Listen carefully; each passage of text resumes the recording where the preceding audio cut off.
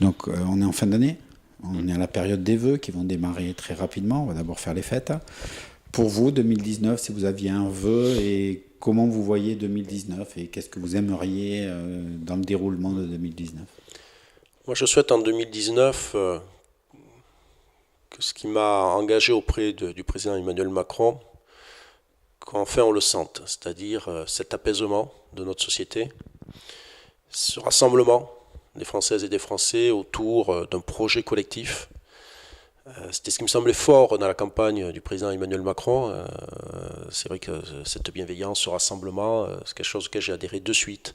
Et je crois qu'en 2019, il faut que ce soit notre moteur. Voilà, qu'on retrouve cet état d'esprit au sein de notre société et qu'on croit en notre pays. Et comme je le disais là, il y a quelques minutes, en remettant des prix au lycée Borda à des jeunes, j'aurais dit, c'est vous qui allez porter le monde de demain parce qu'ils ont leur part là-dedans et il faut qu'ils participent. Et j'aurais dit surtout, aidez-nous à faire en sorte que le monde de demain soit meilleur que le monde d'aujourd'hui. Et 2019 est l'année qui doit justement nous donner les orientations et le cadre de ce que l'on souhaite tous pour notre pays pour les années à venir. Alors, votre réponse me pose un petit problème. Parce que vous avez fait référence à Macron, au président Macron, mais je dirais à Macron en tant que candidat à la présidentielle. Oui. Il a représenté ça, tous les gens sont partis derrière, puisqu'il a été élu, des élus comme vous avaient fait sa majorité. Et aujourd'hui, l'image du président Macron est absolument pas celle-là. Oui. C'est l'image du président des riches, du président qui est coupé de la base, du président qui est dans son palais. On entend de tout, mais surtout pas la définition que vous venez de faire du candidat Macron. Est-ce qu'on est d'accord là-dessus? Je partage, c'est pour ça que je le dis en permanence à mes collègues, je le dis partout. Notre ADN à nous, c'est la bienveillance et le rassemblement. Et c'est certainement pas l'arrogance et la coupure avec les Françaises et les Français.